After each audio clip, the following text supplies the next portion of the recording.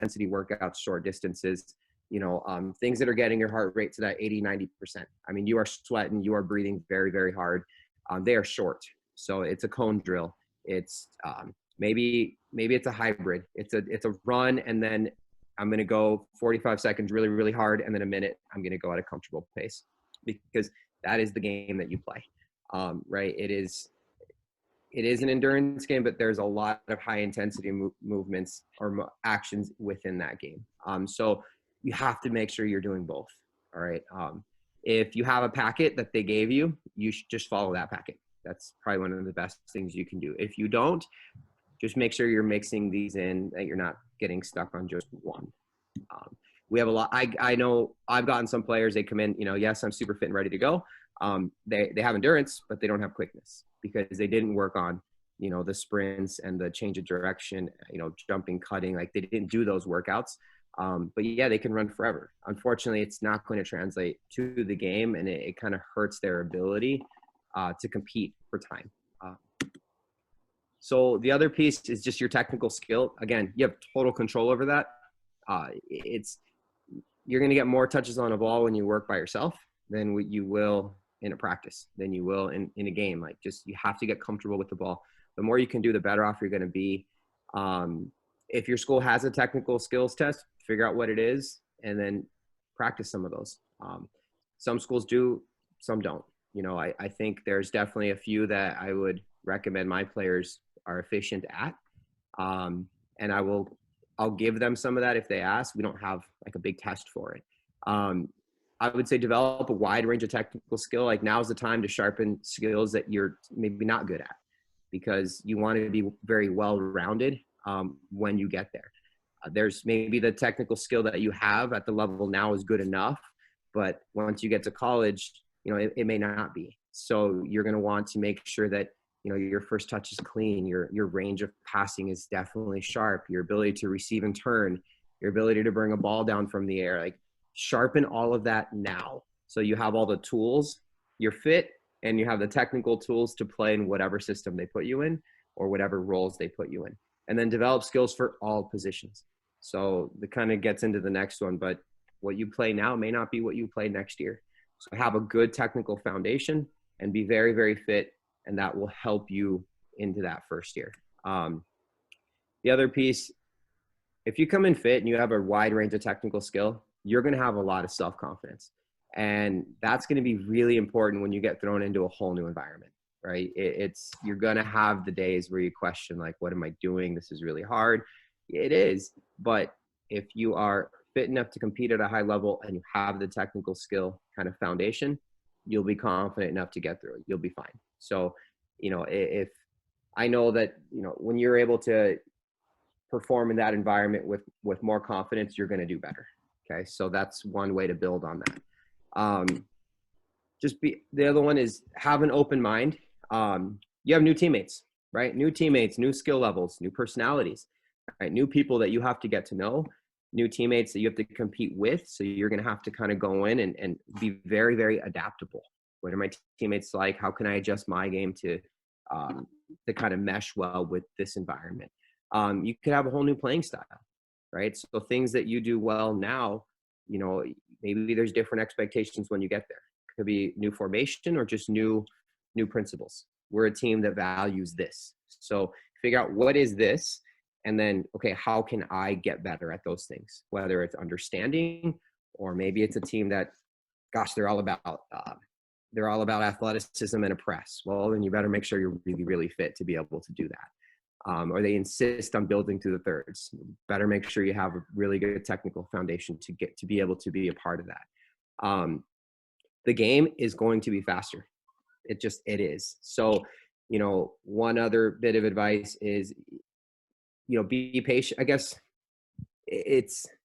you have to catch up mentally and physically.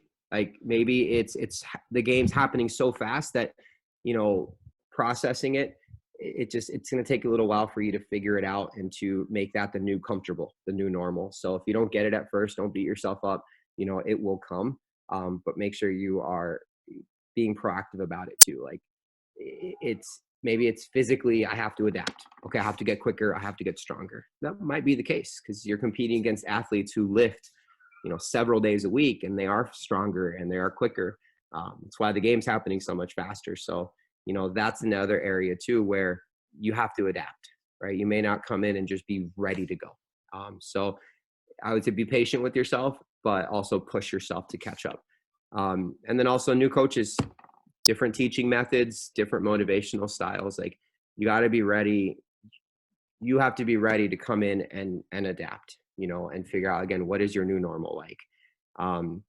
The teaching methods, I think as far as new coaches go, you're going to have a lot of coaches at that point. So really utilize all of them to help you understand what the system is to be playing. But anyways, the whole point, be very adaptable, come in with an open mind, build meaningful relationships, especially in that preseason. I think sometimes we get players that, maybe they go off to college and they do the practice and all that, but off the field, they don't spend as much time with their teammates. Like spend time with your teammates, your current class, get to know the upperclassmen. Sometimes they spend all their time with just their class and fail to engage with the upper class. Like get to know them all. Okay. Or there's also some players that maybe they're just trying to get information. I want to play. I'm going to go get information from my coaches and I want to play. It's like, well, it's a team. Like get to know your teammates. Your time will come. So don't ignore any one of these, your staff, your trainers, the upper class, your current class. Build those relationships, build chemistry with them on and off the field. Sometimes players have the option to go home on a weekend or a day off. Like stay with your team, hang out with your team, and it's going to go a long way later on. Resources, you're going to get a whole bunch of new resources when you get to college. So here's one. I'll just start with the really big one. You have athletic trainers. You might have one, you might have several. And I think as high school players coming in, we have these preconceived, like, I don't know if I want to see my trainer about this. If it's not a big deal, I can deal with it myself. You need to see your trainers for everything. Trainers are not there to shut you down. They're there to keep you on the field, and they're there to keep you safe. So if something is bugging you, you have to see your trainers. Build a good relationship with them so that they can get to know you and they can develop some trust and say, like, well, that you can play through, and this you should probably wait a day. Like they'll work with you. And then go to see your trainers for things like ice, heat, tape, PT exercises. It's a lot of first years shy away from that. Like, oh, they don't want to take up the trainer's time, or they think it's just muscle tightness. It's just this. Like those are all things that need to get looked at. So work with your trainers because they're going to help keep you on the field. Every single year I get it. My trainer comes to the office and says, your first years, I know they're hurt and they still haven't come by to tell me. It's like, okay, every year I have to remind them, like, you have to go see the trainer. So build a good relationship with them. If a trainer trusts you, then honestly, this is from a coach's advice. When the trainers trust you, they kind of give you a little more leeway. When they don't trust you, that's when they kind of tend to shut you down a little bit more, because it's like, well, we can't trust that you know when to stop yourself, right? So they might say train, and if it hurts, then you stop yourself. And if you can show that you can be trusted and you'll do that, they'll let you play through a little bit more. So build a good relationship with them. Sometimes if you can't get information from your head coach, get it from your assistants, right? So get advice and clarification from things. If you don't know, you have to ask. You're there to learn. What is the new system? What is the new style? How can I fit in? Some schools will offer individual sessions with assistant coaches. If you can get that, go for it. Get it. Like, why not get the extra touches? You have to use them and be really proactive about it. Okay. The last one is academic tutors. So I think it's your responsibility to make sure you have a good, well-balanced life, right? Academic, athletics, and social. You don't want stressors from one to spill over into the other, right? So if I want to be an awesome soccer player, but I can't manage my course load and I'm not willing to seek help, all of a sudden that's going to create undue stress, and stress will affect your performance. You're going to get to the field and you're going to be thinking about your class that you might be nearly failing, or a test that you're not prepared for. And now your athletic performance will suffer. And now you have another stressor, right? Now you're worried about minutes, play time, team, I mean, all of a sudden it all starts to crumble a little bit. Just please, you have to reach out and use your resources. So if you have tutors, use them. If you have study hours, go to all of them. Use your teammates and use your tutors. So that it's about managing stress so that it doesn't become a distraction later on. Okay. So that would be, as far as resources, the advice that I would give you guys. Recovery. I think you're going to get to this level where you're playing soccer at the fastest pace you've played it. You're going to train a lot, and it's going to take a toll on your body. Right. I kind of joke with my team that, you know, as they get older, like my seniors are they're my old ladies on the team. They need more time to recover and stuff. And, you know, while you're young, your body's it'll definitely get through a lot. And as you get older, you know, you have to, you're taking care of your, but honestly, you should just do this your entire career, right? Make sure you're getting really good sleep. So when your body recovers, you need sleep. It is very important. So, you know, you'll hear all this again when you get to school, but these are always good habits to practice. You're going to be you're going to be lifting a lot, and you're going to get stronger, and your body's going to need the time to rebuild and rest. So sleep will be very important. Nutrition, you have to fuel your body so that it can perform. I run into, two sides of this. Sometimes maybe it's not managed well. They're not eating like healthy things, too much sugar, or just really junk food. Like, you're on your own, you get to eat whatever you want. And if it isn't managed well, you're not going to be able to perform. I've also seen, like, you know, I don't want to eat a lot because of practice. Well, you're doing more than you've ever done before. 2 a days, weightlifting, like, you need to eat, you should be eating more because you're burning far more calories than you have before. So you have to fuel your body really well. You'll probably have, you know, somebody on staff to help you with some nutrition, but it's on you to make sure you're paying attention to what your body's telling you. Like, if I need to fuel myself with more, then you got to do it. Maybe it's 3 meals plus snacks. Maybe it's 4 meals. You got to make sure you're eating. And then hydrate a lot. You got it. Just making sure you replenish your electrolytes, hydrate as much as you can. Lastly, really important, foam roll and stretch. So this is kind of common, especially with a lot of our first years. They think muscle tightness, it's not a big deal. You know, I don't need to see a trainer. I don't need to put in the time. It's sore. It'll go away. Tight muscles results in, like, it increased soreness, reduced blood flow. It'll affect your recovery. You know, your likeliness of pulling something, it goes up. If you pull a muscle in the middle of the fall, you could be missing, you know, weeks before you're able to come back from that. So be proactive and take care of your body. Even if it's something as, if you think it's silly, like muscle tightness, like, you should be notifying your trainer. Sometimes there's stim they can do. There's foam rolling activities. There's certain exercises they can help you with to loosen your muscles so that the next day you don't have tightness or soreness or pain, or discomfort, because that will affect something else, right? You know, so foam rolling and stretching should be a habit. When players leave the field, very, very common, especially as they get older because they're wiser, they go and grab a foam roller and they end up spending an extra 30 minutes just foam rolling and stretching. And then they go take care of their bodies, grab ice, then they go have dinner. So I would highly recommend that. If you don't own a foam roller, you should get one. In college, you'll have all these resources. And then the last one I have is game film. So one thing that, you can start now. If you can pull a game film of your school where you're going, or get it from your coach, start watching it. You know, learn the style, learn the system.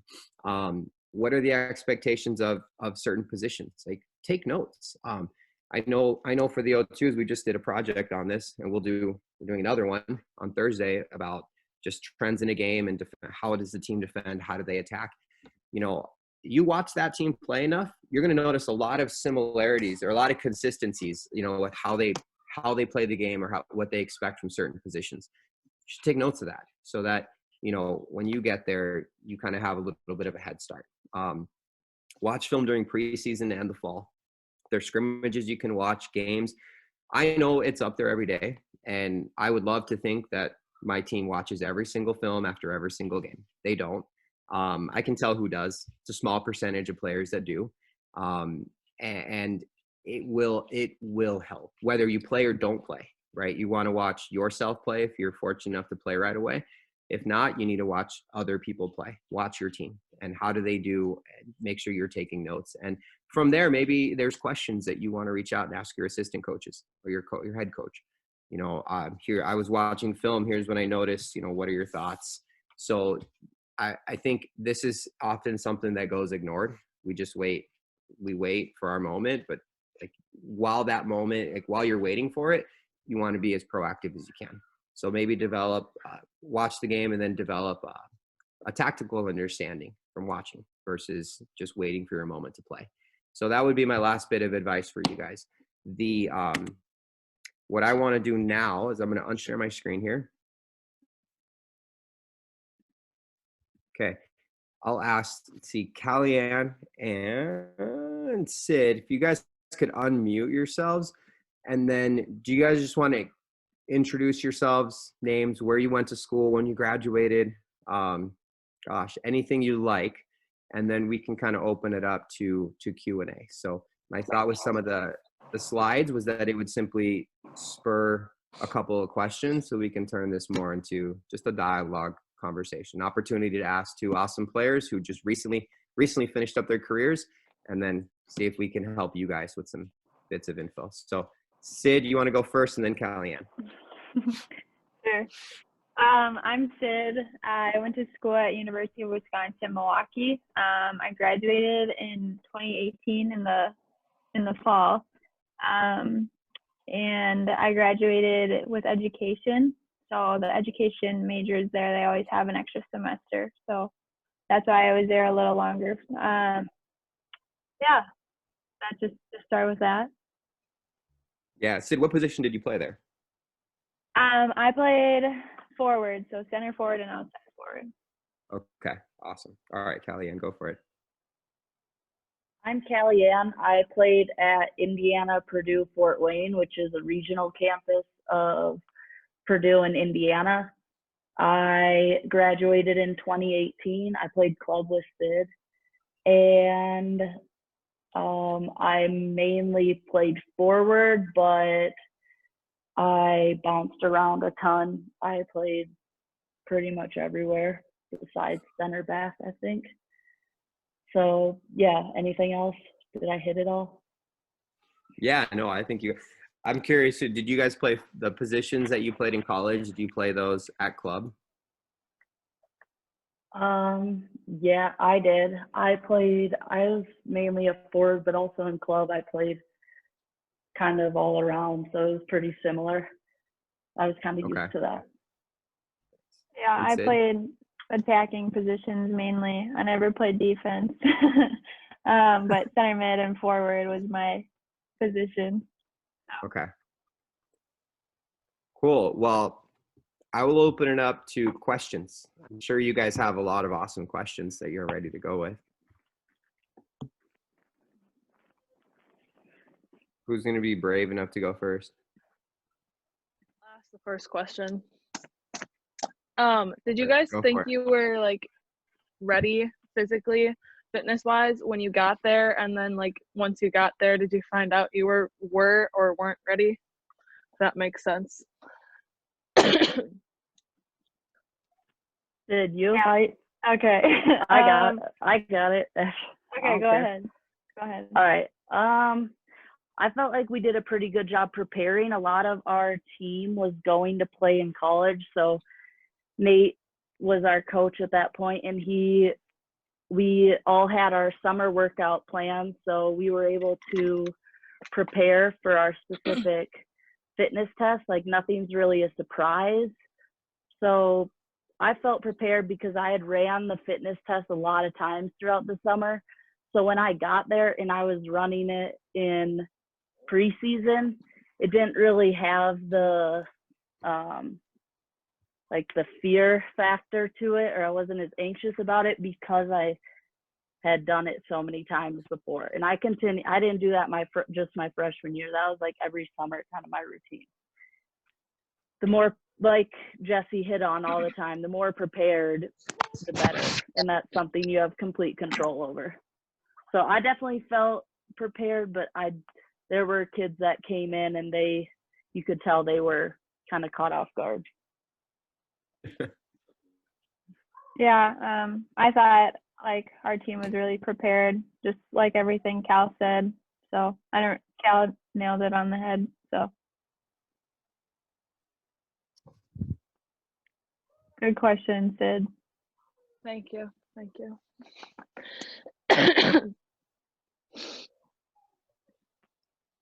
All right, who's got our next one? I'll go. What was the hardest transition as a whole from high school to college? I can go first this one, Cal. I think for me, the hardest part of that was just leaving home and kind of experiencing everything like without your family. Like for me, I was such a homebody. And Milwaukee was only 5 hours away, but still that part was tough for me just to kind of figure everything out. But I think too, like with playing soccer, it kind of kept you busy. And it didn't it helped just with the transition actually, just because you were busy all the time and you're with your teammates, you're with your coaches. So I think that part helped with the transition. And then once school started, yes, they got a little hectic because you're trying to figure out when your classes are, where their classes are, what your homework is and everything. But one thing that I think Jesse might have mentioned was about with your athletic advisors. At where I went to school, the athletic advisors were super, super helpful. And they kind of helped me make my transition my first year a lot easier than I would have thought, because they're just there to help you. They'll answer any of your questions. They'll literally walk you to class if you need help. So I thought the transition wasn't super bad. Cal, you might think the same or differently, I don't know, but there's people there that are looking out for you and that have your best interest. So it's not as bad as some people think it is to be, especially if you chose the right school too. So.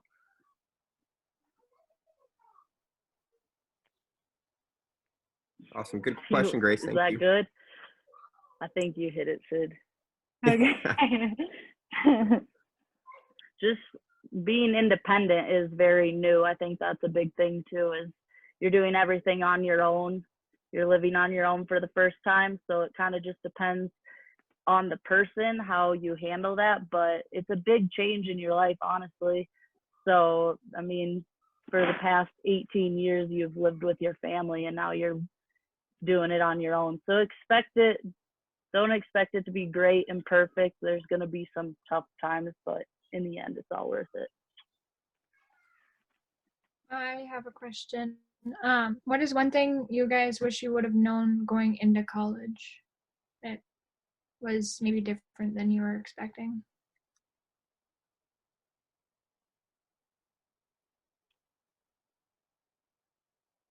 Well, for me, the first thing that came to my head was I wish that they had the major that I wanted, but they didn't. Because my first instinct was just soccer and not school, so that was my mistake. But yeah, that's what first came to my head. Cal, if you have something else, I'll probably think of something else after you say something. I don't know. I think it's okay not to know everything. I felt pretty well prepared, so I can't think of anything specifically that I wish I would have known, but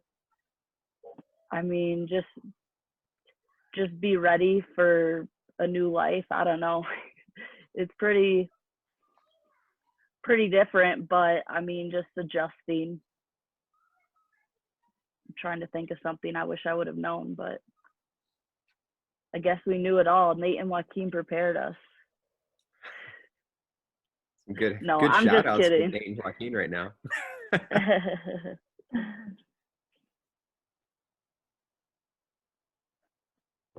I have a question. What would you guys say the biggest difference was between soccer wise between playing club and playing at the college level?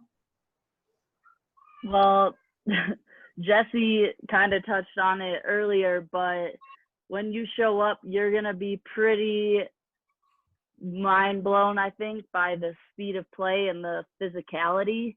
You have to be ready to hold your own on the ball, and especially being an outside forward, like as soon as you're receiving that ball, every time there's pressure on you right away. So all the stuff we talk about, checking your shoulder and like being aware of what you're going to do with the ball when you get it, is way more important than it is in high school soccer. So I think, I mean, if get in the weight room, start to do some strength stuff, try to get as strong as you can before while staying quick, because those two things are definitely huge.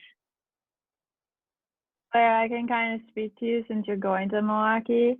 But one of Troy's like biggest things is check your shoulder. And I learned that the hard way. So I've been like kind of getting that in everyone's head, is just always check your shoulder, because if you don't, like, one, you'll get pulled off, or two, you'll have someone taking you out from behind and stealing the ball. So two negative things. Make sure you check over your shoulder. He's having you play center back. Is that what I've heard? Potentially. Potentially, yeah. It's up in the air. Okay. So like Jesse said, I would recommend, if you can, try and find some game film from the years past, like Cass and Michaela. They've played center backs and they did a great job. Like Troy loved how they played. So I think that would be a good thing to look at. I wish I knew that, to look at game film in the past before I got there, but that's okay. It came out okay. So. Awesome. That was a good question.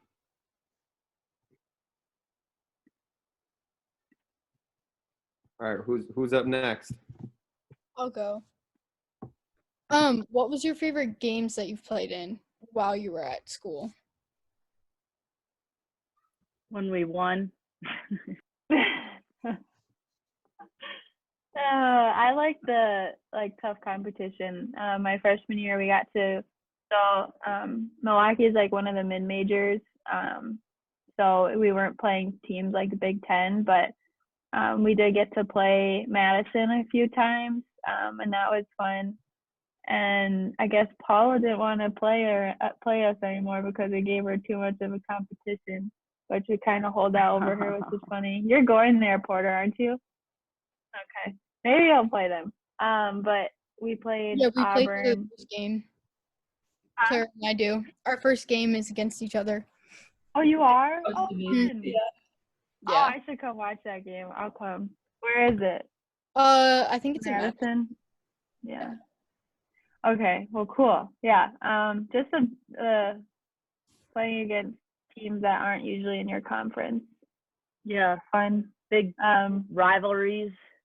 Yeah, Rivalry games are fun. You get there's like a different feel before those games. You know the teams that your teammates let you know what teams you hate and how they play. So definitely there's games that are rivalries, especially if they're in state. Yeah. Yeah. Another thing that reminded me of that is just like your fans that come and watch you play. It's kind of like, I know some of you guys are like high school. It's kind of like high school because you have like a lot of people coming to watch you. That's the only part of it that's like similar to high school soccer. But yeah, just the fans coming and cheering you on, and just that whole environment is really cool to be a part of. So yeah.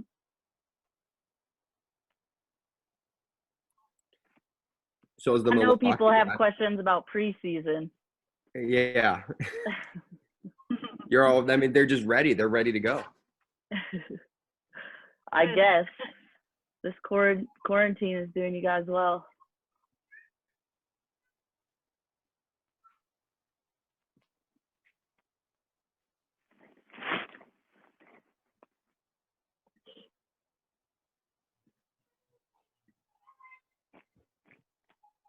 I've learned if I just let the awkward silence. Oh, my dog. Awkward silence continues. Somebody will ask. I'm going to mute myself. Somebody's got to ask one. I'm going to ask one. There you go. Maybe our players don't know to ask. You guys mentioned rivalry games, but two questions. One, talk to me about the difference between the early season non-conference games and conference games. And then what about the difference between conference games and conference tournament games? And I'll throw in a third one, especially as a younger player, or maybe even when you guys were seniors. Like, talk to me about that senior experience, right? Because it's your last hurrah, and the last thing seniors want are a bunch of freshmen who don't give a crap, right? So, like, what's that whole dynamic like, right? Like, that's just something that I don't know they're not thinking of. So, anyway. You just threw too many questions at me. I lost. Oh, Sid, come on! You've got a Milwaukee, Wisconsin degree. Come on. I think I took too many soccer balls to the head. I can't. Cal, it's time to show how that Purdue Fort Wayne degree. Oh gosh. That Purdue degree. All right. So starting at the beginning of the question. All right. So Sid, just for the sake of those who graduated from the state of Wisconsin, the difference between non-conference games and conference games, like the intensity and all that kind of stuff. You both came from conferences where if you didn't get into your conference tournament and win your conference, you had no chance to go in the NCAA tournament, correct? Yeah. Okay. Correct. All right. So. Okay, so I can answer that one while it's fresh in my head. Every single game that we played was the same intensity as a non-conference or conference game. Like, it was all the same. We really wanted to keep like our record of like that we've had in the past. Like, we've made it. We've been first in. Actually, I can't really say they, because I guess I can't say we.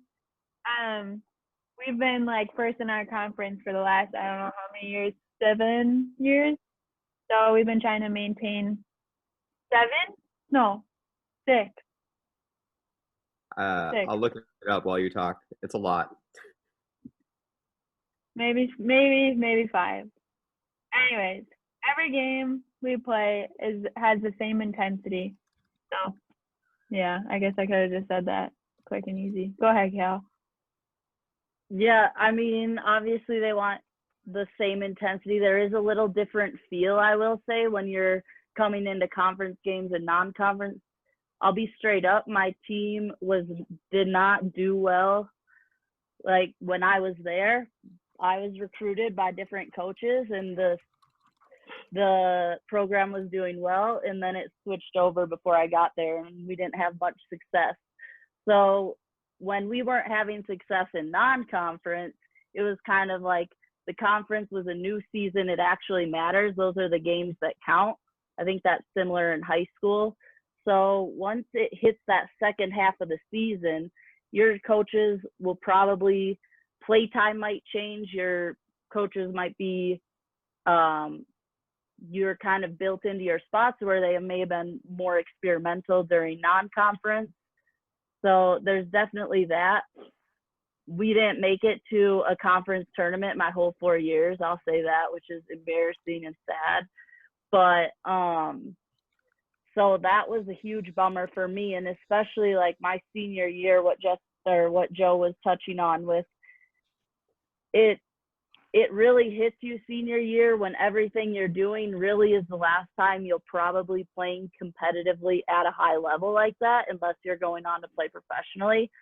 And you don't understand that feeling until you're in that position. And the seriousness, I think, just there's a different feeling among the seniors. So it's very important as freshmen coming in to respect those seniors and respect that what this season means to them, and really once it gets to conference and stuff, really playing for your seniors and laying it out on the line, because you might have another chance to do better next season, but for those people, it's their last one.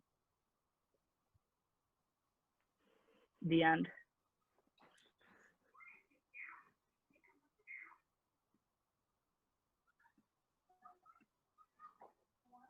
Joe, didn't you have more questions? I feel like there were 4 questions. There's only 3. So I have one for everybody. So, or for you two, what was the difference coming from high school to college? What was the hardest thing for you to adjust? Or if there were several things going from that senior year to your first year in college? You're talking like soccer or school or both? Both, whichever, whatever. I didn't play high school soccer, so I'll just talk about like the school part of it, which I never really liked, besides the point. So I think the biggest adjustment for the school part was just staying on top of everything, because everything's new.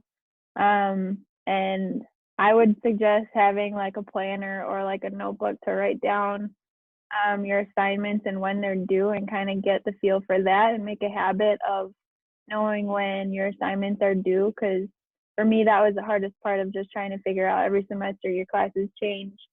Things are due at a different time, all that stuff. And I mean, you guys know about Canvas now. I think that's now what the online schooling is called. So you guys kind of have an up on that, whereas like when I went to school, we didn't have any online school, so getting used to that was tricky. So some of you might be taking online classes, but yeah, biggest thing I think is just like writing down your assignments when they're due, when your classes are, especially for the first couple weeks, because you're not only going to practice, you're also going to classes.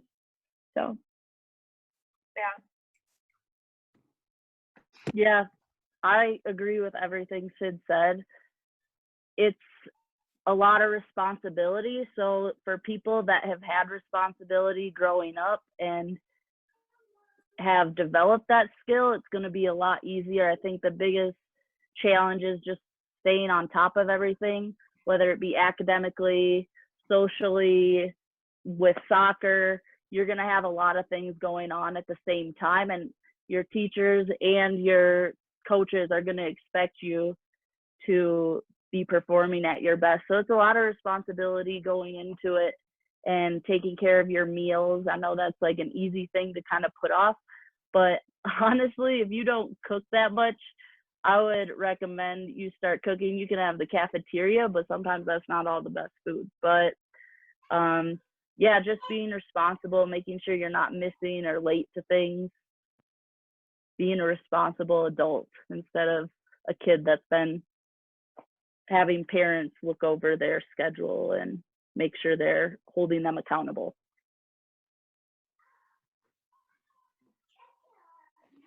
I have a question.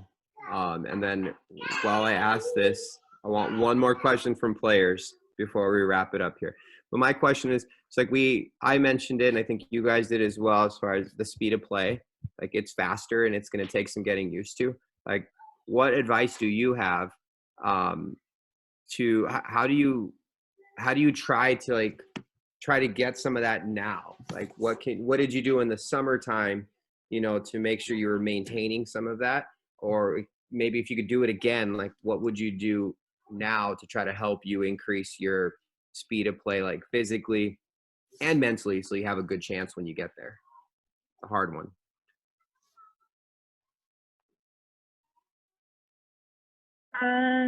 For me, I would say I wish that I would have like done more drills on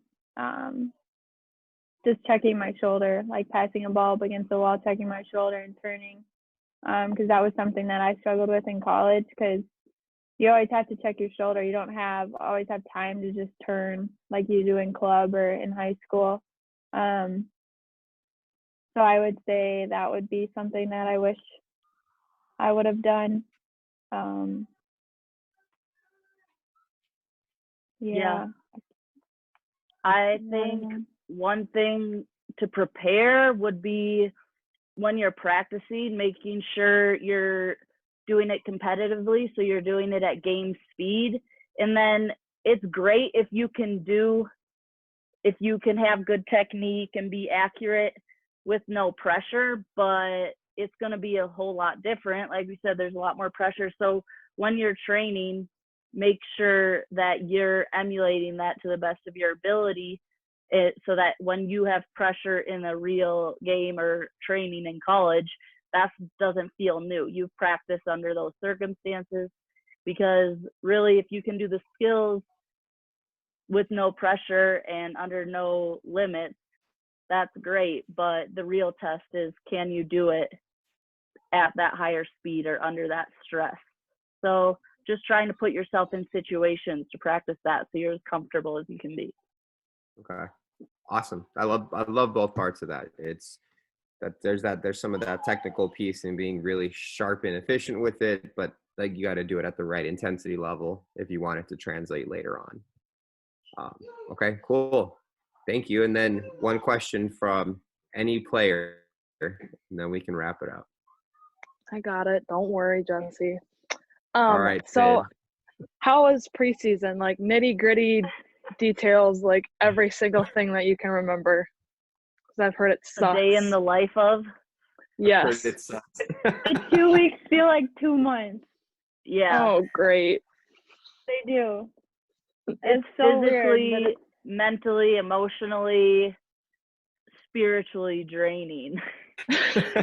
Like, I enjoyed it because I like being busy, but I mean, the last thing after training, I'll just run through a day, what our typical day was. We would wake up in the morning and we would have a practice, and usually it would have either a fitness test. If we had a fitness test in the morning, then we would probably do like a lower intensity technical practice or tactical, and then we would be off. We'd be in chart. We had like lunch or whatever with our teammates. But a lot of times after practices, you got to make sure to ice bath after every training in the preseason. And if you're, like Jesse was saying, taking advantage of the trainers, so if that pertains to you, that's 2 things you got to get done in between while you're refueling. I like to take naps, not super long naps, but sometimes towards the end of preseason, I was taking a nap in between trainings, and then we might have film or something, do some mobility stuff in the weight room, and then we would have a later session at night where a lot of times we would play 11v11. So you would be pretty drained from the morning, and then you were having to play 11v11, trying to earn a spot on the team. So it really tests how far, like how well you can deal with that and how hard you can push your body, but also be smart. And then you would just go back. We a lot of times had team dinners together. And so we had that and would do some different leadership things. And then we would go home and pretty much pass out and start it all over the next day. Yeah, for like 2 weeks. Awesome. Yeah, until you forget what life was like before. And then you start school. Sid, anything you and want to it's add? hot usually, so. Yeah. Sounds like hell. No, Cal kind of nailed it all on the head. Big thing though, she did say ice bath. I'd ice bath after every training right away, because it just helps with your muscle recovery. Know your body, what food you can eat before practice, because if you don't eat food, if you don't have any like food in your system, you're gonna die out there. And I'm pretty sure every college will give you a water bottle. Make sure that water bottle is filled 24/7. You should drink. I mean, your trainer will tell you how much water you should be drinking. Clear. But it's a lot of water. And yeah, I don't know. Make sure you know what your body can take. You'll figure that, if you don't know, you'll figure that out really quickly. Yeah, Within the first day. Use this time to really test your limits of your body. So a lot of times with the fitness test, if you already know the fitness test, I would like after I was in decent shape, I would run the fitness test, give myself a little bit of rest, and then see how well I could do the fitness test again. Like give myself 5 minutes rest and see how far I could get, whether it be the beep test. And so then I don't know, that's a way you're really just pushing yourself at that point. So that's not for everybody, but find a way, especially since you don't have like teammates right now, find a way to be able to push yourself to your limits physically and mentally, because that's going to be expected of you when you get there.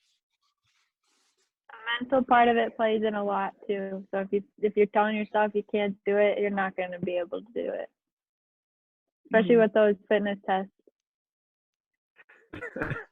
So that's what you got to prepare for. But these two are right. It is an emotional grind. It is absolutely more mental. And I think breaking down that first hurdle and figuring out, how do I tell my brain to just shut up and stop telling me to quit and just keep working? And you do that once, great. Then it gets easier. Then you do it again and again. You just, all of a sudden your limits start to go beyond what you ever thought you could do.